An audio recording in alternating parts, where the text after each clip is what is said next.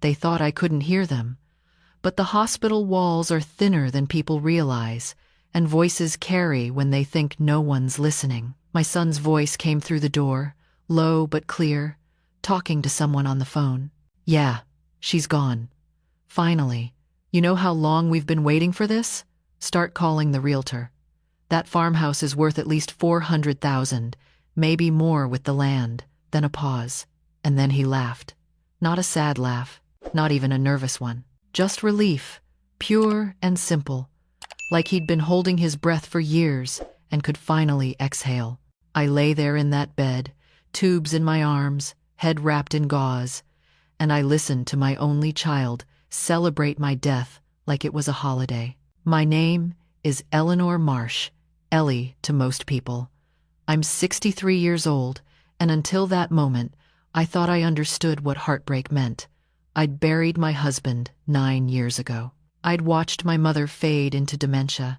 I'd lost a sister to cancer. But none of that prepared me for the sound of your own son rejoicing at your funeral before your body is even cold. The accident happened on Route 7, just outside Middlebury. A delivery truck ran a red light.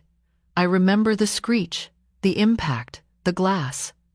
Then, nothing, for 3 days. When I woke up, I was listed as Jane Doe. My purse had been thrown from the car, found by someone who decided my wallet was worth more than my identity. The hospital had no way to reach anyone, and apparently, no one came looking. The truck driver died. So did a woman in another car. A woman about my age, my build, wearing similar clothes. When they found her body, burned beyond recognition, they assumed it was me. My son identified the remains over the phone. He didn't come to see for himself, didn't wait for dental records. Just said, "Yes, that's probably her," and started making arrangements. No, not arrangements. Plans. I found out later that he'd called the insurance company before he called the funeral home, that he'd scheduled a meeting with a real estate agent before he scheduled a memorial service, that his wife had already started measuring my furniture for their house before my ashes were supposedly scattered. But I didn't know any of that yet. Not when I first woke up. All I knew was what I heard through that door, my son's voice saying words that turned my blood to ice. "Mom's dead. Finally. Finally." Like I'd been a burden he'd been carrying.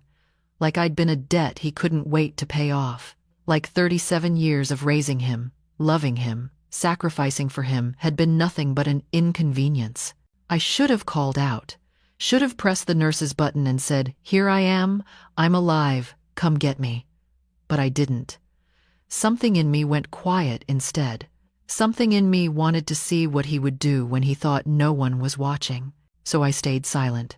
Let them think I was still unconscious. Let them think I was still dead. The nurse who finally realized I was awake was a young woman named Patricia. She had kind eyes and a gentle voice, and when she saw me looking at her, she nearly dropped her clipboard. "Oh my goodness," she whispered. "You're back with us." I was, but I wasn't sure I wanted to be. She asked if I wanted her to contact my family. I said no. She looked confused but didn't push.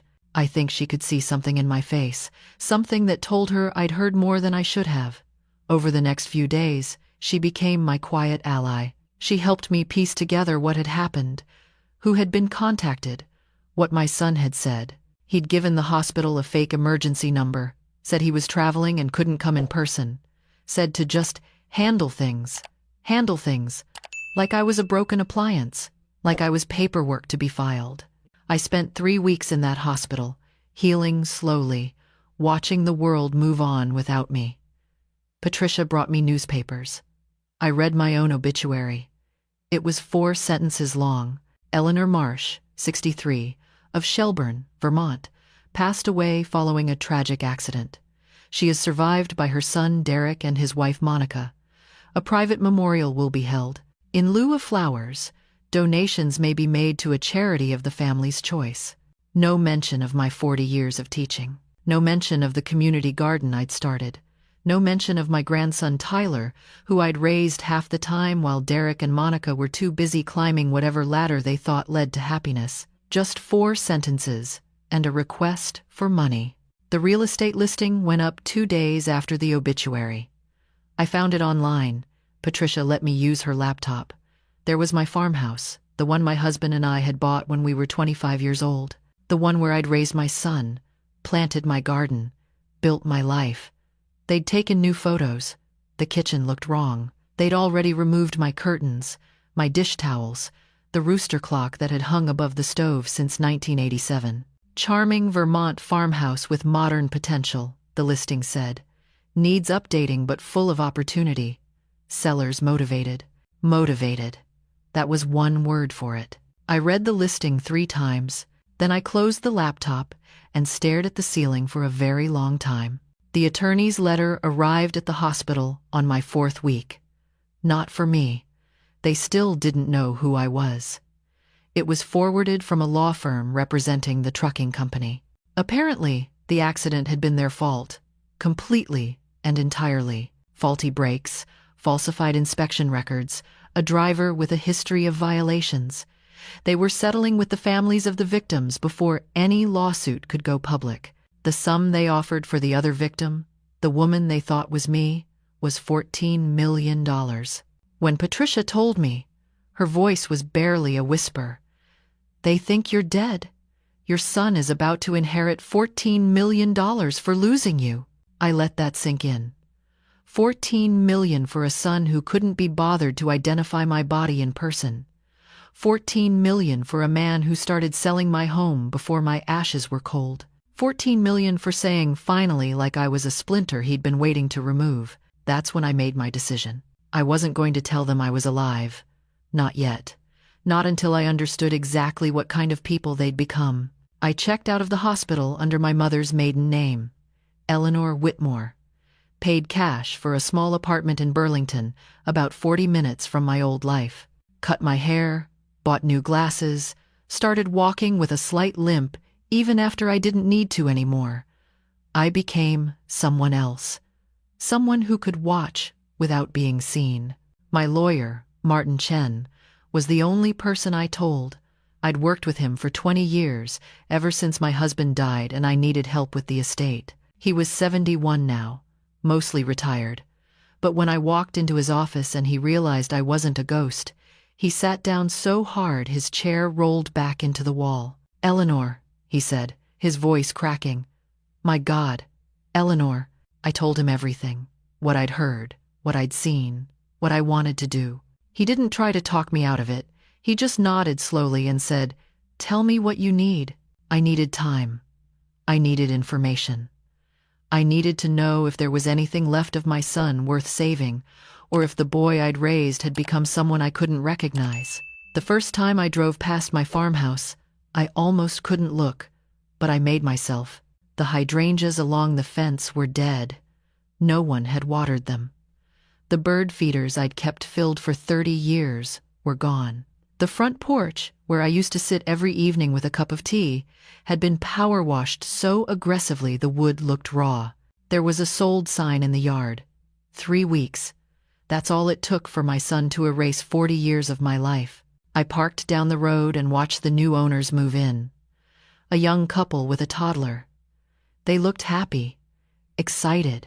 The woman was pointing at the maple tree in the front yard, probably imagining a swing. I wanted to tell her about the summer we planted that tree, how my husband dug the hole while I held baby Derek on my hip, how we'd laughed when the sapling looked so small and sad. But that wasn't their story to hear. And it wasn't mine to tell anymore. What hurt most wasn't the house. It was what came after. I followed my son's wife to a storage unit on the outskirts of town, watched her unload boxes from their SUV. She was efficient, organized, sorting things into piles. Keep, donate, trash. That's what the labels said. I waited until she left, then walked over to the dumpster behind the building.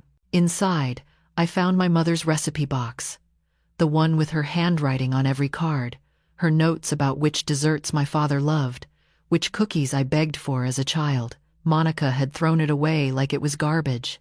I found my husband's watch, the one I'd given him for our 20th anniversary.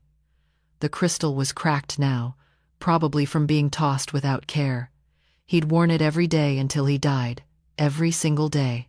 I found the quilt my grandmother made for my wedding, hand-stitched, 60 years old, wrapped around a broken lamp like it was packing material. I stood there in that parking lot, holding the pieces of my life, and I didn't cry. I was past crying. I was somewhere colder now, somewhere quieter. I took everything I could carry, left the rest. Some things can't be saved once they've been thrown away, but some things deserve to be remembered, even if no one else cares enough to keep them. Over the next 2 months, I learned things about my son I'd never wanted to know. He'd taken out a second mortgage on my farmhouse 3 years ago, forging my signature, using the money to cover gambling debts. His wife had been skimming from their own business accounts, funneling cash into a private investment that had failed spectacularly. They were in debt, deep debt, the kind that makes people desperate. They'd been waiting for me to die. Maybe not consciously, maybe not in words they'd ever say out loud, but they'd been calculating, planning, positioning themselves for the day I was no longer in the way.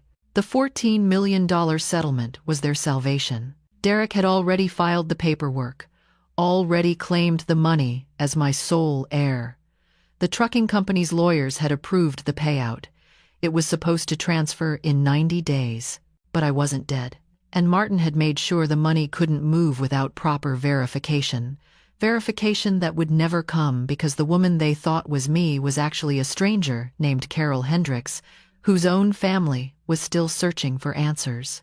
I had 90 days to decide what kind of person I wanted to be.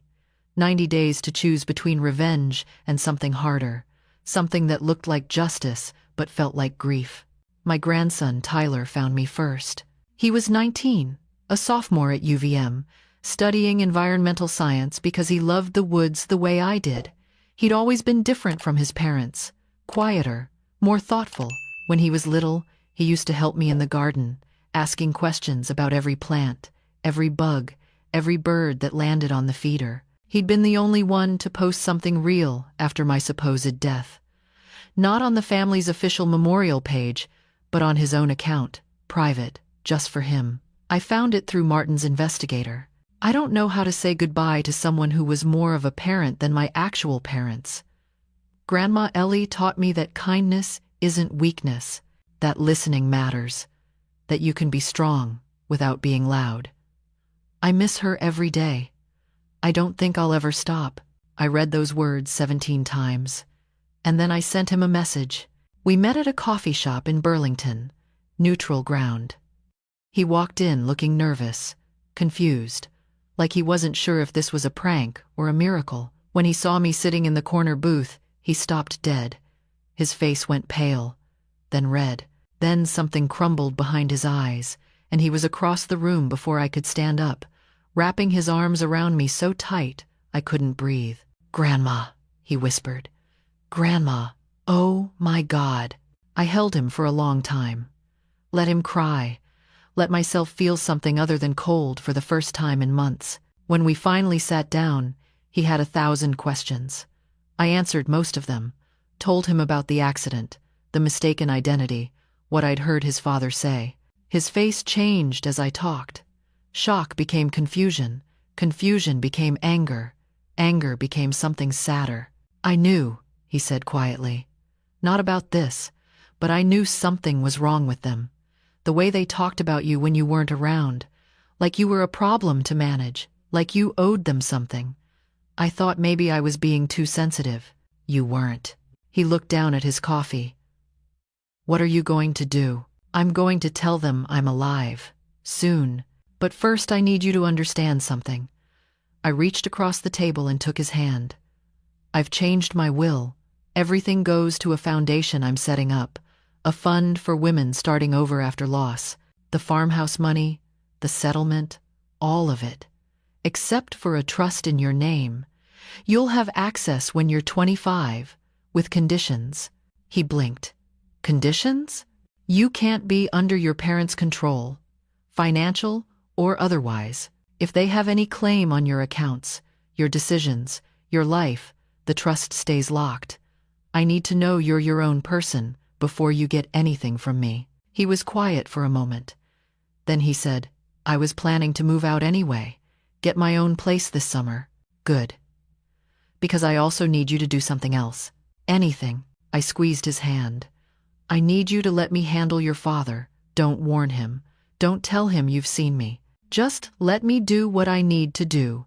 And when it's over, be ready to decide who you want to be. Tyler met my eyes.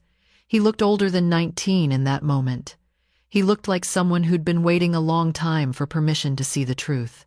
Okay, he said. I trust you. I walked into Derek's office on a Tuesday afternoon. He'd rented space in a small building downtown, some kind of consulting business that seemed to exist mostly on paper. The receptionist was his wife, Monica. She looked up when I came in, her face professionally pleasant, and then something flickered across her expression. Not recognition, just unease, like she was looking at something that didn't quite fit. Can I help you? I'm here to see Derek. Do you have an appointment? Tell him it's his mother. She laughed. Actually laughed. I'm sorry, his mother passed away. Is this some kind of joke? It's not a joke. Tell him Eleanor is here. He'll want to see me. Something in my voice made her stop laughing. She picked up the phone, murmured something I couldn't hear, and then looked at me with wide eyes. He says to come in.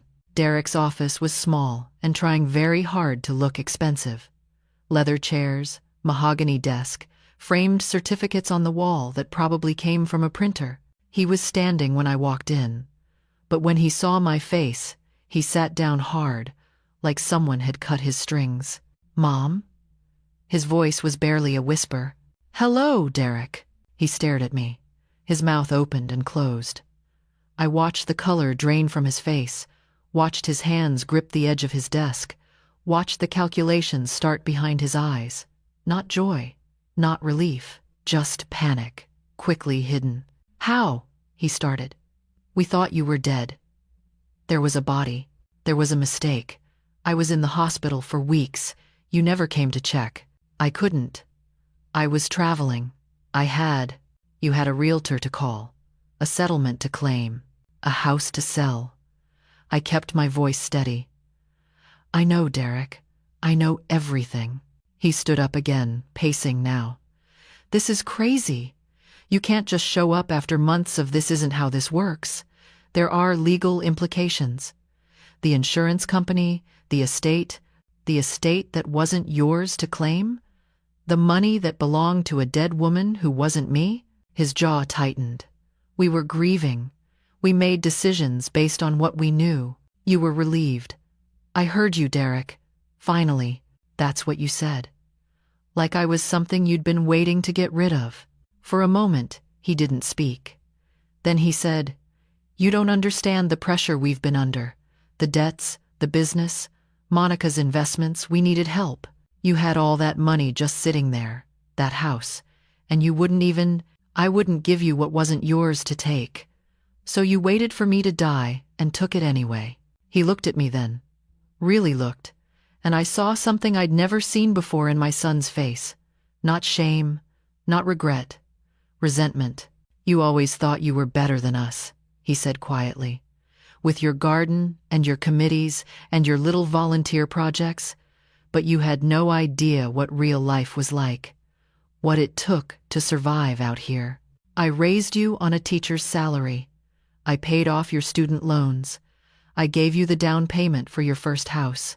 And when you forged my name to take out a second mortgage, I found out, and I said nothing, because I kept hoping you'd become someone I could be proud of. His face went slack. How did you? It doesn't matter how I know. What matters is this. I pulled an envelope from my coat pocket and set it on his desk. That's a formal notification from my attorney. The settlement you claimed isn't yours. The estate you tried to inherit doesn't exist.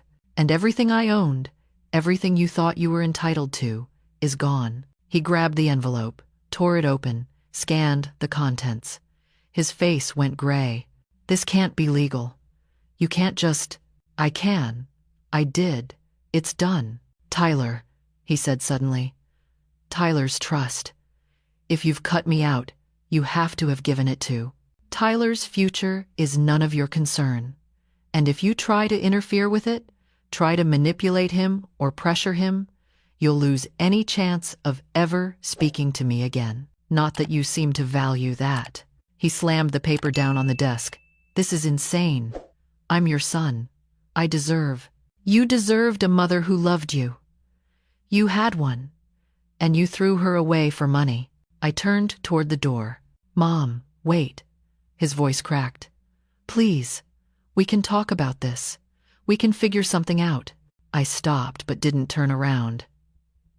"Do you remember what you said to me the last time I visited? Before the accident?" Silence. "You said I was exhausting, that every conversation with me felt like an obligation, that you wished I would just give you the house and stop making everything so difficult." I finally looked back at him. "I'm not difficult anymore, Derek. I'm just done." I walked out of that office and didn't look back. Behind me, I could hear Monica's voice, high and panicked, and Derek's voice, angry and scared. But I didn't stop. I didn't owe them anything else. The months that followed were quiet. I moved into a small cottage outside of Burlington, with a garden that got morning sun and a porch where I could watch the birds. Martin helped me finalize the foundation, set up the grants, establish the criteria. The first woman we helped was a 67-year-old widow whose children had drained her savings and left her with nothing. We paid off her medical bills and helped her find an apartment. She sent me a thank you card with a pressed flower inside. Tyler came to visit every few weeks. We'd walk through the woods behind my cottage, talking about his classes, his plans, his dreams. He told me he'd confronted his father once, after everything came out. Derek had tried to explain, tried to justify, but Tyler had just shaken his head and said, "You threw away your own mother for money you didn't deserve. I don't want to become you." He moved out that summer, like he'd planned. Got a small place with a roommate, started working at a conservation nonprofit. Every time I saw him, he looked a little more like himself, a little less like someone trying to survive his own family. I didn't speak to Derek again. He sent letters at first, angry ones, then pleading ones, then nothing. Monica filed for divorce within the year. Last I heard, Derek was working at a car dealership in New Hampshire, living in an apartment he could barely afford. I don't feel satisfaction about that. I don't feel much of anything about him anymore. That's the strangest part. I spent so many years loving him, worrying about him, hoping for him, and now I just feel empty where that love used to be. Not angry, not sad, just quiet. But the quiet isn't bad.